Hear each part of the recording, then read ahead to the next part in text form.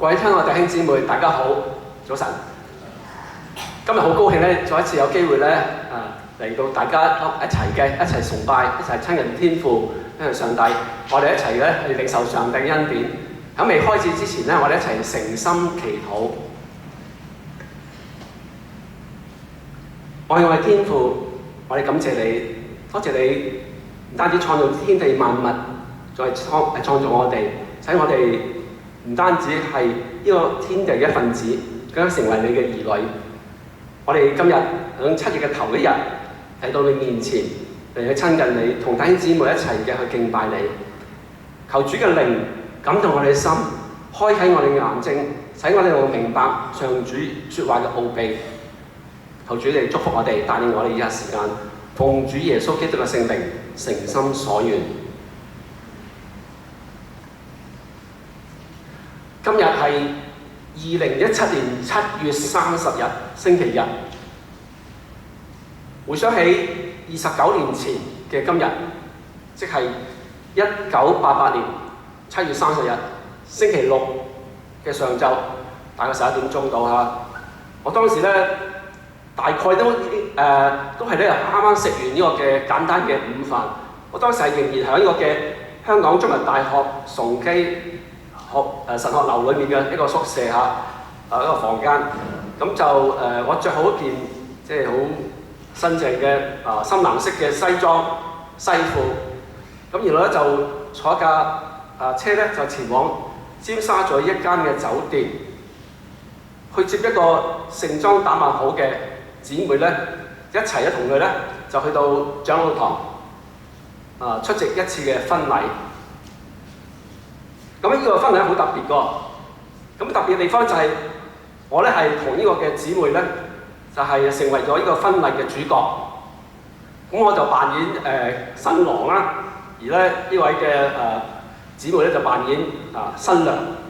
我就同佢咧就咁樣喺長老堂咧就結為夫婦嚇，成為即係正式嘅夫婦，一對聖經夫婦。回想起嚟咧我太太咧真係咧上帝俾我個係極大嘅恩典嚟嘅。佢嘅名叫 Grace 佢唔中意人咧叫佢成個名連埋姓咁佢中意咧人哋叫佢咧係振光姊妹嚇。咁咧我哋拍拖之前咧我咧就都有一段時間咧好孤單好失意好落寞有啲日子嚇。咁曾經考試咧考大學咧係失敗啦嚇。咁只好咧喺工廠咧就係做暑期工啦，一路做落去啦咁樣嚇。咁做啲散工。後來我有機會咧就喺銀行度咧做一啲低級嘅出納員啦，做咗2年幾啦。咁想追女仔咧就其實就冇本事即係冇咩事業基礎又俾唔到人咧有安全感喎。咁後來咧上帝恩待我咧，俾我咧考入到大學咧就喺崇基嗰度咧讀神學啦。仍然咧都係冇本事咧追人嘅，咁就好唔開心。咁但係咧上帝係一位有情嘅上帝嚇。咁佢知道我嘅軟弱啦，知道我需要啦嚇。咁就賜俾我一個太太嚇。咁咧就係體貼我嘅孤單無助，就俾我一個嘅賢淑嘅姊妹咧，主內嘅姊妹咧，就做我嘅太太，做我嘅憐愛座。聖經話上帝創造天地萬物，上帝造人，做亞當咁咧就見佢咧單獨一個人單丁不好獨居不好，於是咧就為佢做咗其他嘅動物啲動物都係揾唔到咧邊個嘅適合嘅佢嘅一個伴侶於是咧做咗呢個嘅女人。咁就創世記第2章24節話咗咧，人要離開父母與妻子結合，二人成為一體。有啲人就根據呢個聖經就話咧，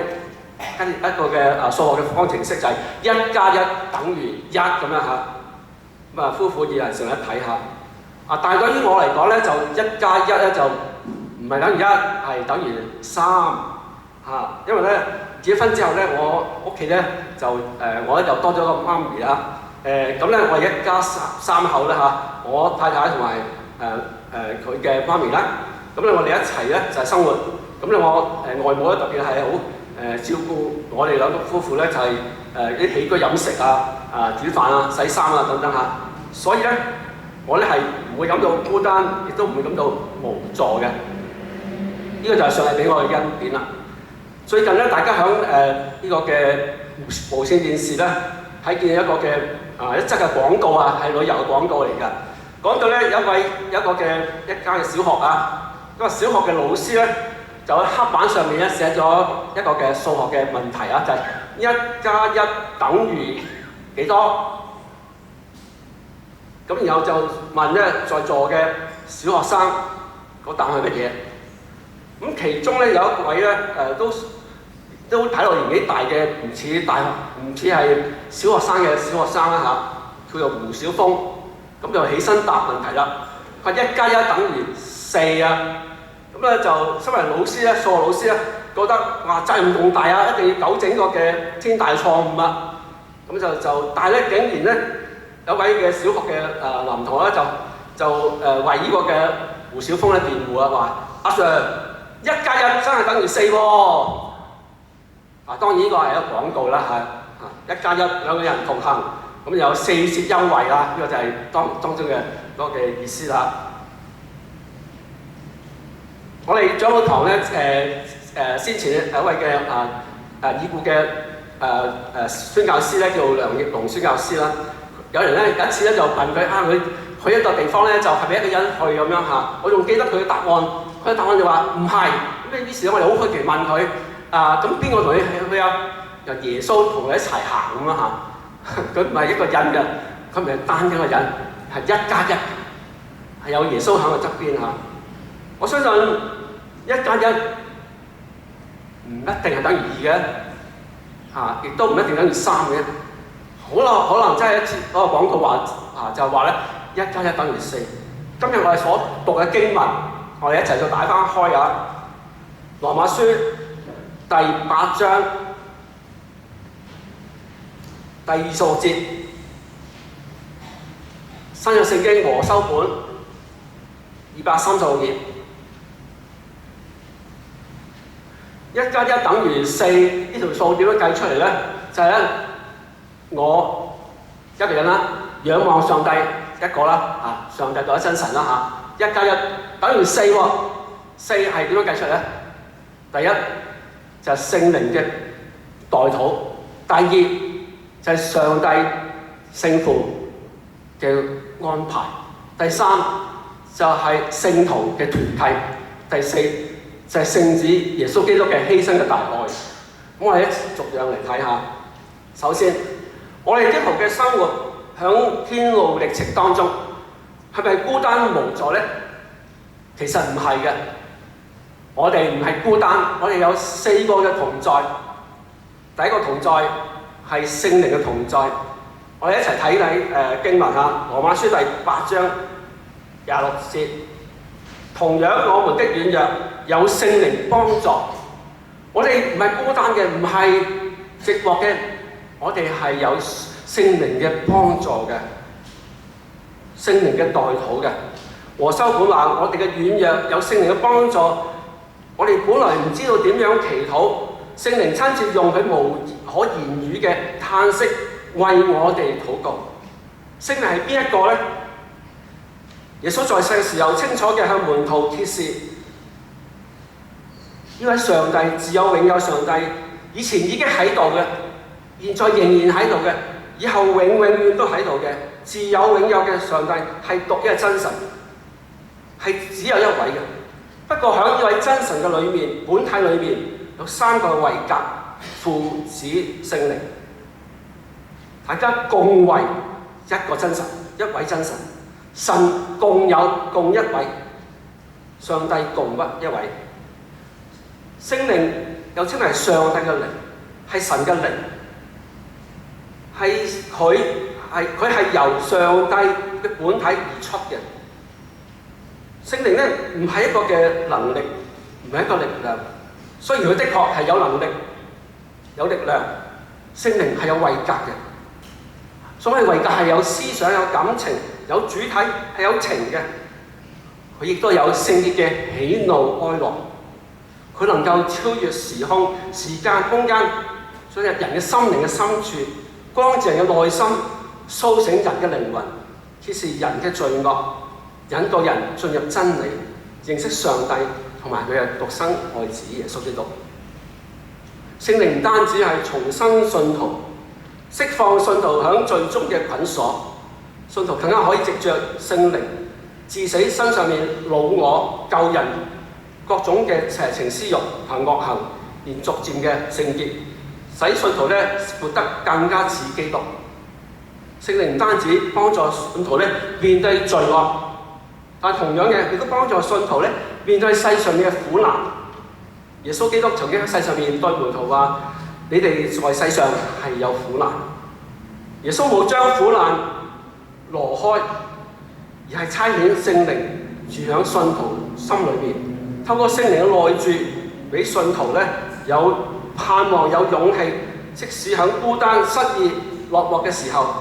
仍然有榮耀嘅盼望，有勇氣、力量去面對困難同埋考驗。聖靈咧呼喚信徒咧向上帝祈禱，要幫助佢哋祈禱，甚至乎信徒咧唔識得祈禱，唔知道點樣祈禱，聖靈會替佢哋哀傷、難過、嘆息，以無法用言語去形容嘅嘆息嚟為呢啲軟弱嘅聖徒咧向天父祈禱。即使我哋唔識得點樣按上帝旨意祈禱，聖靈都係能夠照着上帝嘅旨意替聖徒祈求。距離今日大概150年前，有一位出生於個嘅愛爾蘭一個嘅小女孩咧，一個小英咧，小女英咧係出生啦。佢嘅父母咧就幫佢起咗個名叫做咧係 Amy Camichelle。咁我哋中文譯佢咧就叫假艾梅，姓假嘅艾梅啦。佢咧大半生咧都係喺印度咧係做宣教工作，一個弱質嘅女子嚟嘅。佢話到佢自己3歲嘅時候咧，有一個好奇怪嘅思想，就係話咧，佢希望咧能夠咧上帝俾佢一對嘅藍色嘅眼睛喎，藍眼睛嚇。咁但係咧佢其實係棕色嘅眼睛嚟嘅。佢就向天父祈禱話咧：主啊，求你俾我咧有一雙嘅藍眼睛啦。佢聽到人哋話上帝有聽祈禱嘅，於是咧佢就第二日朝頭早起身，好高興好開心，去到鏡面前咧就睇睇上帝有冇答應祈禱啦。大家知道結果上帝係冇答應祈禱，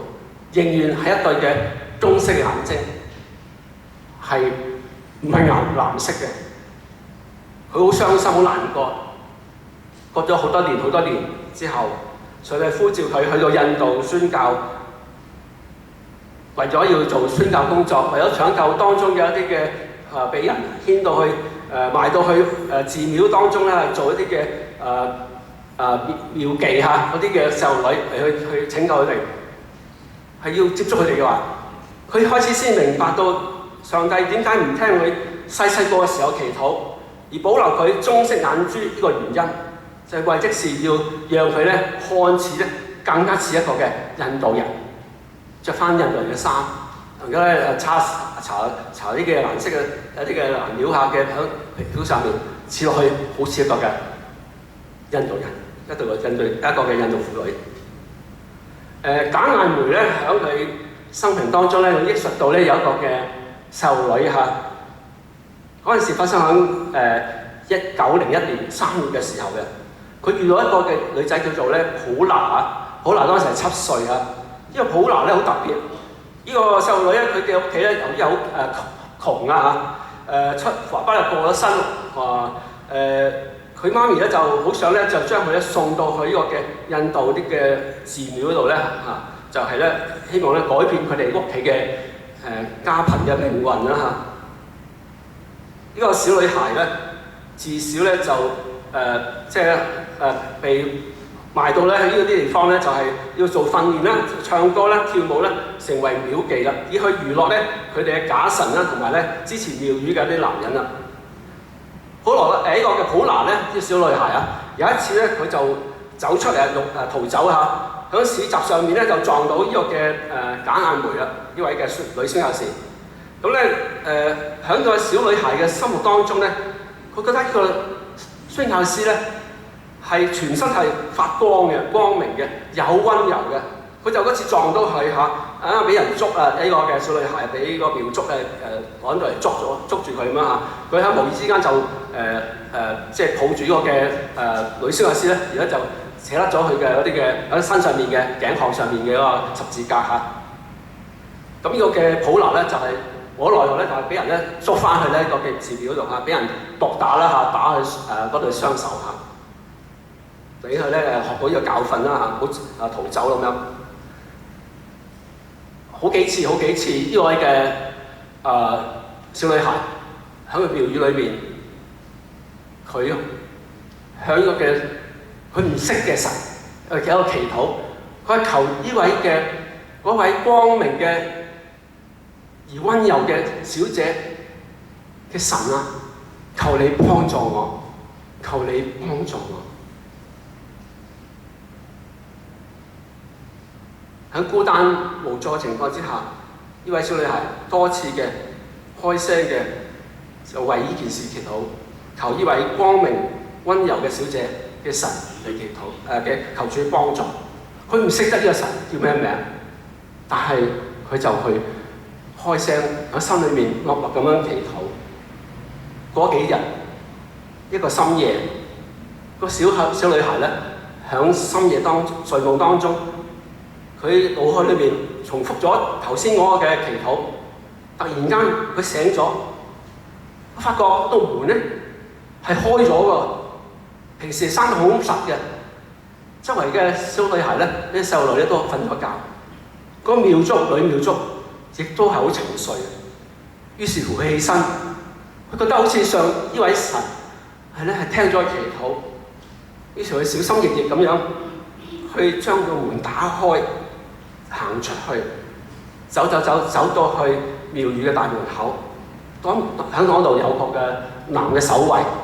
佢又係瞓着咗覺。喺呢個男守衛嘅身上面咧，隻馬騮嚇，平時係好吱喳喳嚇，佢亦都瞓咗覺。佢就呢位小女孩就小心翼翼打開到大門，輕輕咁閂埋個門，又走出去。喺嗰個時候，嗰隻馬騮突然間醒咗。走上個天嗰個嘅廟個大門口上面，準備一條嗰個嘅鐘嚇，叫醒嗰個嘅嗰個守衛嚇。但咧呢個嘅小女孩咧不慌不忙喺側邊咧攞咗啲嘅水果咧個芒果咧掟咗上去俾佢食。但係嗰個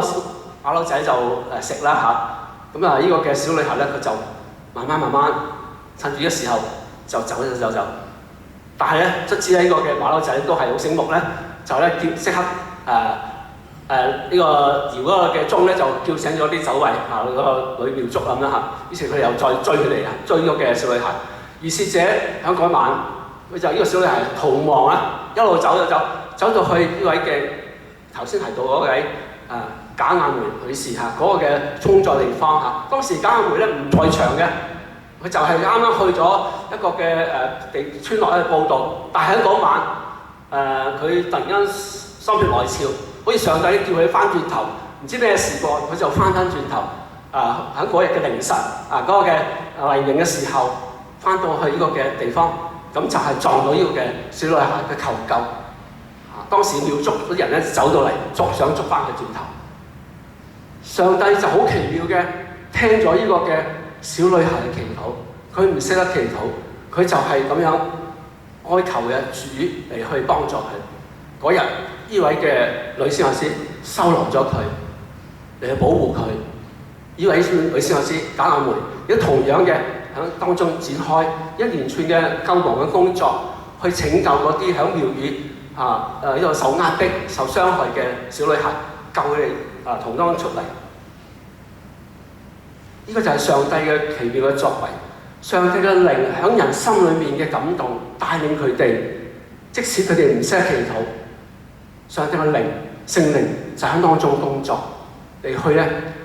帶領佢哋去體驗到上帝嘅帶領。上帝嘅幫助唔單止係藉着聖靈嚟去幫助我哋，上帝自己聖父自己，亦都同樣嘅喺萬事上面去幫助我哋安排。聖經繼續講，我哋一齊再睇下。羅馬書第8章第26節繼續落去27節，呢位監察人心嘅上帝咧，知道聖靈所體貼嘅，為呢個嘅因為咧聖靈咧照着上帝嘅旨意咧替聖徒祈求。跟住28節，我特別留意，我們知道萬事都互相效力，叫愛上帝的人得益處。萬事都互相效力，叫愛上帝的人得益處。上帝嘅奇妙嘅安排，使到萬事，即使啲萬事本身起初唔係出於上帝嘅美善嘅本意、上帝旨意嘅時候，即使係出於人嘅惡意去傷害上帝、破壞上帝嘅作為、上帝嘅創造、傷害別人，但係呢個惡事喺上帝嘅手中卻成為美事。就好似聖經裏面提到呢個約瑟喺舊嘅聖經創世記提到嘅約瑟，佢嘅遭遇，上帝點樣藉着佢哋呢班嘅約瑟嘅兄弟點樣出賣佢做啲惡行，但係上帝就扭轉呢個嘅約瑟嘅命運，使到約瑟成為埃及宰相，而拯救咗佢一家人。喺聖經裏面好多時候就有話到上帝嘅幫助係好奇妙嘅。佢係統管萬有，統管呢個嘅世界，萬事萬物都在上帝嘅掌握當中。我哋睇睇呢個經文呢個嘅萬事都互相效力，睇到一個嘅例子，我哋可以諗一諗其中一個例子就係荷蘭有位女士咧叫做係彭柯麗 （Corrie ten Boom）。我哋譯佢叫彭柯麗姓彭好似彭柯麗，佢係喺2個世紀之前咧，1892年出生嘅，至到1983年過身嘅。大家可能都聽過呢個人嘅。上個世紀有一出嘅電影唔係好出名，不過叫做《密室》密室就係呢位彭柯麗佢同埋佢嘅爸爸一齊咧喺屋企裏邊咧起咗密室，去收留嗰啲喺2次大戰裏邊受到壓迫傷害嘅嗰班嘅猶太人，一個密室收留佢哋。年少嘅時候，呢個嘅彭柯麗咧，佢咧係好開心、好快樂跟其他少女一樣佢幻想到自己有一段嘅甜蜜嘅婚姻但有一日咧，佢好心儀嘅嗰位嘅男士咧，意中人咧，突然間咧就帶埋一位佢嘅未婚夫妻啦嚟去拜訪佢屋企嘅。佢見到咁嘅情況，其實好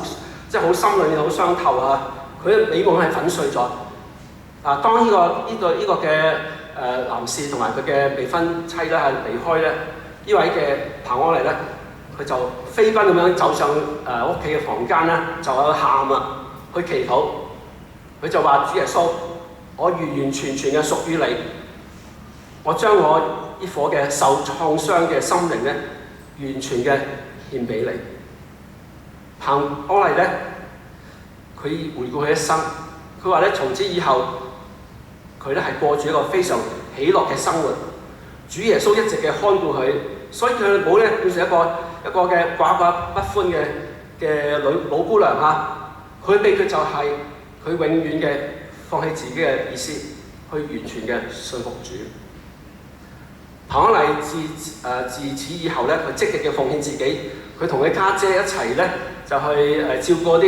佢喺屋企嘅居住嘅位嘅年老嘅姨媽啦。喺市裏面咧就都係喺少年人嘅當中咧係去工作，開辦啲聖經研習班，亦都係去成立一個嘅智障人士嘅一個嘅組織去關顧佢哋。喺2次大戰嘅時候咧，當時德軍係入侵呢個嘅荷蘭彭柯麗咧就起咗一個嘅密室當時咧喺歐洲咧有成淨係喺個荷蘭有成10萬名嘅荷蘭嘅猶太人咧係被送到去呢個嘅集中營裏面嘅，只有少數人可以逃脫。咁而呢個嘅彭柯麗就收留咗大量嘅呢啲嘅受迫害嘅猶太人，但係好唔好彩呢個事情咧卒之咧都係被揭穿咗因為咧當中有位男士咧，佢哋曾經幫過佢嘅呢位男士咧就係出賣咗佢哋告發佢哋，咁咧然後拉晒佢哋屋企人咧就去坐監嗰個爸爸咧係84歲啦，已經入獄嘅時候84歲啦。入咗監獄之後10日就過身啦。嗰個姐姐咧，佢係咧有10個月嘅時間咧，俾佢哋折磨嚇，咁咧個身體咧都係咧衰弱咧，咁就亦都離世。咁咧而咧哥哥咧就係咧不知所人間蒸發不知所蹤啊。彭安麗本人佢都係坐過3個唔同嘅監獄裏邊咧，係飽受苦難。後來有一日，佢突然間聽到個獄卒咧、獄警咧就咧叫一啲嘅囚犯嘅號碼嚇，咁咧叫到佢啊同埋其他人，佢唔知咩原因咩緣故，總之佢就好順從佢嘅意思呢個獄卒嘅意思。咁佢可能諗住自己可能都係送死去一個嘅密室嗰度咧，毒氣室嗰度就係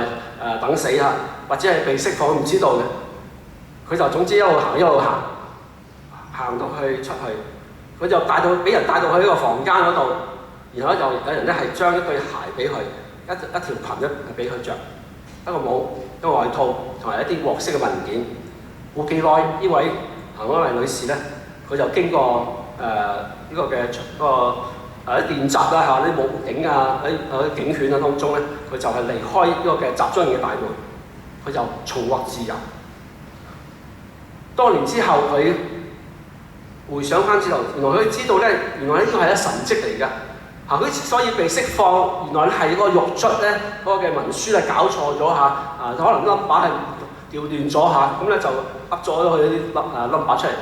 喺呢個彭安麗女士走咗之後，嗰個星期，同佢同一年齡嗰啲婦女咧，通通都係殺晒。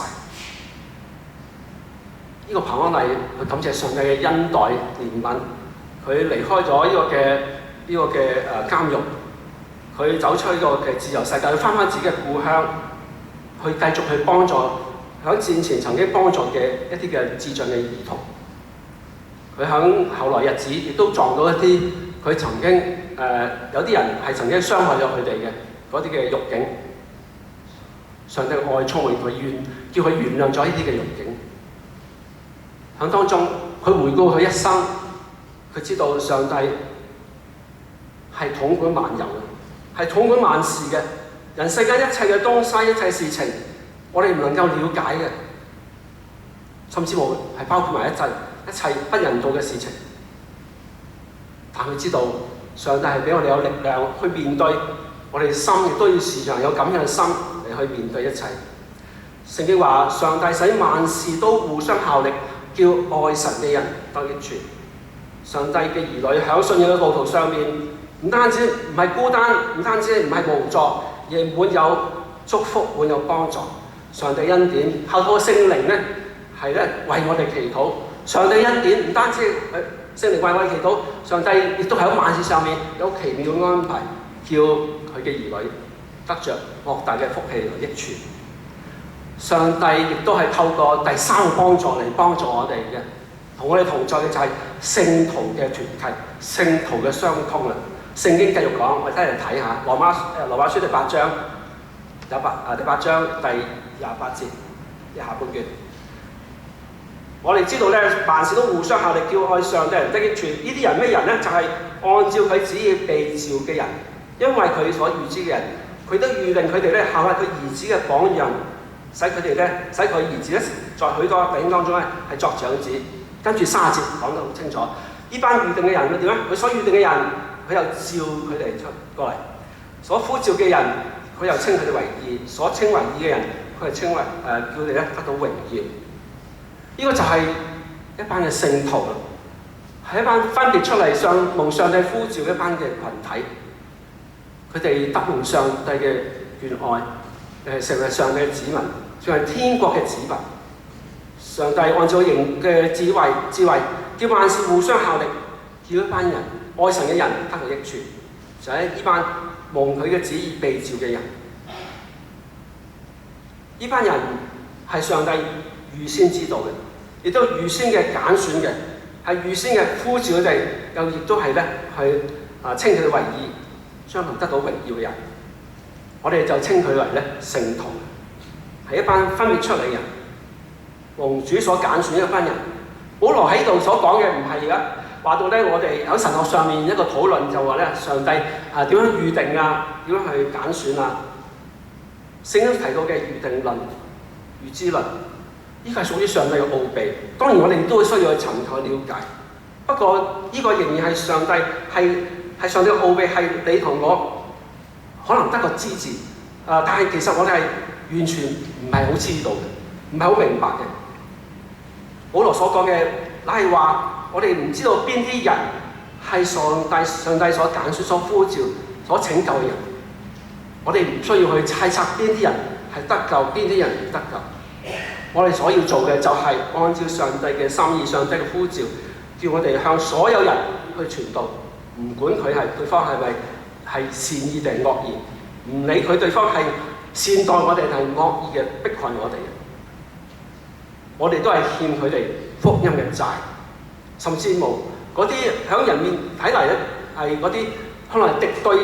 基督嘅人、注定沉淪嘅人，我哋都係要愛佢哋，為佢哋祈禱，向佢哋傳講福音、傳講真理。保羅佢自己本人就係一個典型嘅例子，佢都係大家都知道佢係咧係初期教會裏面咧係迫害嘅信徒嘅人，好出名嘅人。上帝就揀選咗佢。叫佢喺前往以馬忤斯嘅路上面咧，去迫害信徒嘅呢個嘅計劃當中咧嘅路上面咧，佢就撞正上帝耶穌基督嘅顯現，係呢位耶穌基督就向佢顯現，就話點解你要迫害我咧？佢喺呢個途中就遇見呢位佢所逼迫嘅主嘅顯現，因而咧當中蒙恩得救。世事難料，我哋身為上帝嘅僕人，我哋所要做嘅就只管信服上帝嘅帶領安排，而去勇敢嘅見證基督。我哋應該咧支持上帝一切嘅善功，去彰顯上帝國度嘅人世間。喺上個世紀50年代咧，喺美國咧有一班嘅人啊，一班年青人，有5個嘅後生仔男仔嚟嘅嚇。咁咧就其中一個咧叫 Jim Elliot，中文名叫做咧係Jim 艾略特。咁Jim艾略特咧，佢同埋4個男仔咧年青人咧一齊咧由美國人嚟㗎嚇，一齊由美國咧前往中美洲厄瓜多爾嘅地方咧就去傳道啊！我希望咧能夠係去接觸當中喺厄瓜多爾裏面嘅一個嘅部落嚇，呢個部落咧好出名，叫做咧奧卡族人據講係食人族啊，即係有啲即係好殘忍嘅一班殘暴嘅一班嘅少數民族與世隔絕嘅。咁呢班嘅後生仔咧好勇敢，好有朝氣，好有幹勁，好有血氣方剛嚇。佢哋咧就都好小心翼翼咧去從事嘅工作，去到當中嚇。但係冇幾耐傳出消息，話到呢5個人一齊一次過嘅就5個人死晒。喺呢個嘅俾嗰啲嘅土人咧係亂揈啲嘅射啲嘅箭咧，就係咧就啲矛咧就係戰死咗。呢件事咧震驚當時嘅世界，喺驚愕同埋悲傷之中，佢哋嘅遺孀、佢哋嘅太太同埋佢哋兒女，仍然嘅保持鎮定，唔單止係冇去報仇雪恨而咧就反而咧更加嘅訂立目標計劃，去繼續佢哋嘅丈夫嘅工作，佢咧去到當中，因而咧井柱之間有無數嘅奧卡族人咧受感動，而咧成為基督徒。神藉着宣教師個壯烈犧牲，將呢班嘅奧卡族人咧係帶到進入佢嘅國度裏面，成為國度嘅一份子，成為聖徒嘅一份子。呢班曾經殺害喺河邊殺害呢啲嘅宣教士嘅5個嘅奧卡人咧，其中佢哋個個咧都一嘅歸主啊。其中有一個更加成為佢哋嘅部落嘅牧師啊。呢啲人同埋其他人一齊嘅，亦都為呢啲嘅宣教士所翻譯嘅聖經咧幫忙咧去翻譯，從事翻譯咧係譯成呢個嘅奧卡族嘅話嘅聖經嚇。喺當中，我哋睇見上帝嘅奇妙嘅作為。上帝作為唔單止係透過聖靈嘅工作上聖靈嘅代禱，唔單止上帝嘅事情嘅安排，亦都係咧藉着呢啲一切嘅發生嘅事嚟去呼召上帝所揀選嘅門徒，上帝揀選嘅子民。呢班人睇落去就好似奧家族人一樣，佢哋係殘忍成性嘅，但係上帝奇妙嘅去改變佢哋生命，成為天國嘅子民。呢啲人亦都成為咗宣教士、上帝子民嘅幫忙。上帝俾我哋嘅第4個嘅幫忙係乜嘢咧？就係咧耶穌基督聖子犧牲嘅大愛，耶穌基督嘅恩惠。喺羅馬書第8章，我哋一次再睇下羅馬書第8章32節。呢度話到咧，上帝既不愛惜自己的兒子，為我哋眾人咧捨棄咗佢啊，豈不也把咧萬物同埋咧佢咧一同嘅白白嘅賜俾我哋咧？喺當中你睇到咧，就係上帝兒子係為我哋嘅而捨命啦。喺咁情況之下，而上帝佢都捨得將佢兒子放棄，捨得為我哋捨棄。咁我哋世界上面有咩人、有咩事情、有咩物件，仲可以阻止上帝愛同我哋嘅關係咧？喺35節更加提到一連串嘅例子，話係咪啲災難咧、困苦迫害咧，係去阻隔我哋咧同上帝嘅關係咧？係咪嗰啲缺衣斷糧，抑或係因喺個嘅危險險境或者刀劍嚟去阻隔我哋同耶穌基督嘅愛咧？喺38節更加話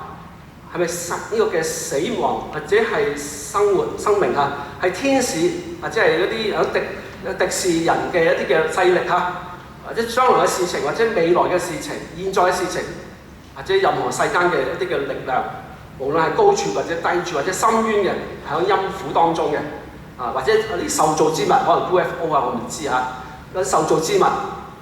一切都唔能夠係切斷咗我哋同上帝嘅關係、上帝嘅愛。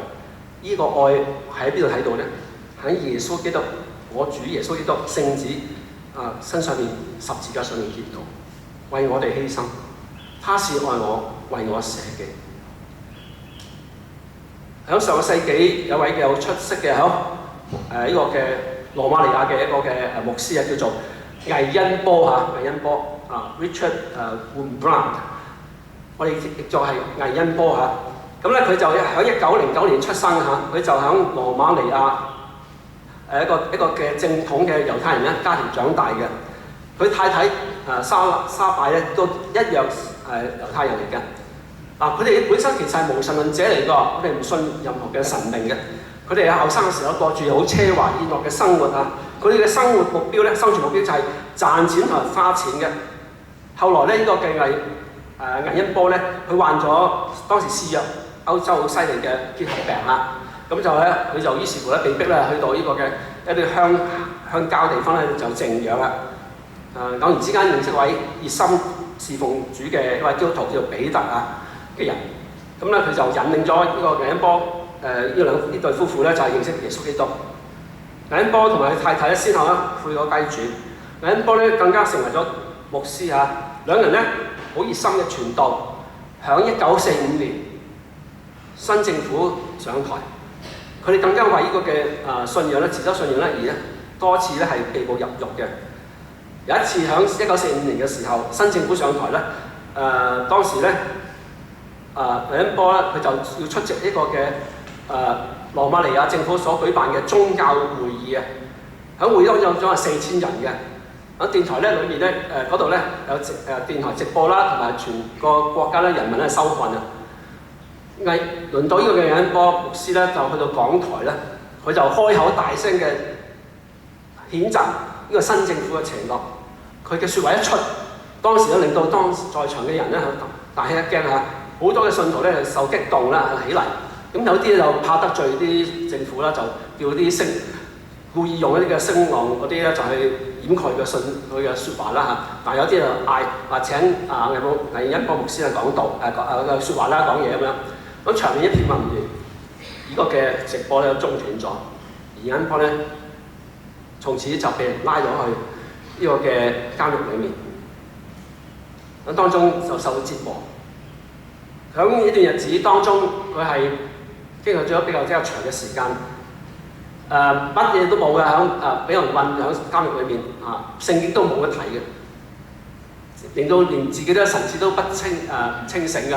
就俾人洗腦咁樣嚇。但係佢仍然喺獄中，佢記得幾樣嘢。第一，神係存在嘅；第二，耶穌係佢嘅救主。無論喺邊度，耶穌都同佢一齊嘅，即係坐監。第三，無論我哋喺世上遇到乜嘢，永生都係實在嘅存在嘅，係真實存在。第四，即使面對痛苦折磨，上帝對我哋嘅愛永遠都係真實嘅。喺1956年某日，楊恩波被囚禁100年之後獲釋，佢帶住虛弱嘅身軀雖然身上面係身無分文佢就得到自由，佢就一路咁樣佢後來就可以同佢嘅太太就係相聚太太以為佢死咗嘅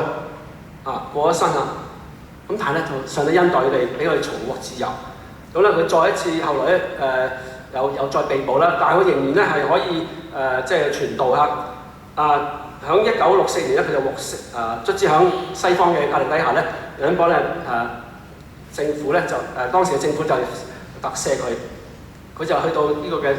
歐洲或者係呢個嘅美國去繼續嘅去宣揚耶穌基督福音，去見證耶穌基督嘅嗰班受苦嘅群體。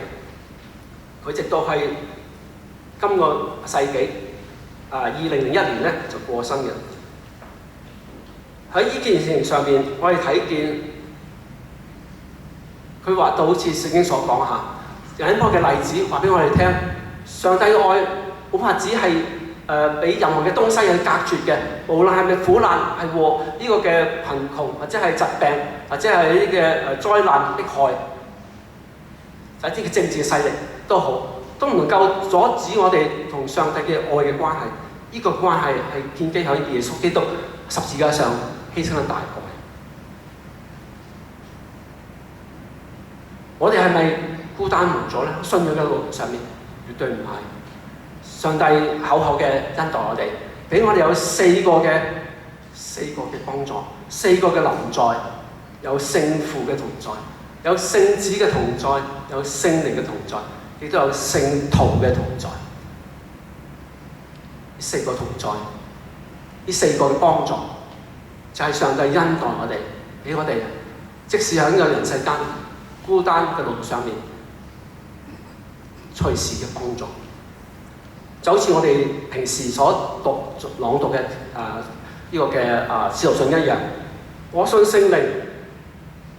因為我哋知道聖靈隨時能夠喺我哋身上面為我哋祈禱。我信上帝，因為上帝係全能嘅父，創造天地萬物嘅主宰，人世間發生嘅事都係喺佢掌握當中。我信聖子耶穌基督，佢道成肉身，釘十字架上面，為我哋贖罪，成為我哋嘅救主。我信聖公之教會，我同聖徒相通，因為呢啲嘅聖徒都係喺上帝萬有之先，被上帝嘅先見所揀選嘅，成為我哋嘅分子。我哋可以同屬呢個天國子民，有君尊嘅祭司。上帝就係咁樣幫助我哋。我哋係孤單嗎？唔係。我哋係咪無助呢？唔係。上帝就係藉着1+1等於4嚟去幫助我哋，同我哋同在。願我哋喺上帝面前得唔係呢個嘅鼓勵喺當中就好似我哋保羅喺聖經裏邊嘅祝福一樣。我願我主耶穌嘅恩惠、天父上帝嘅慈愛、聖靈嘅感動，常與我哋眾人聖徒一齊嘅同在。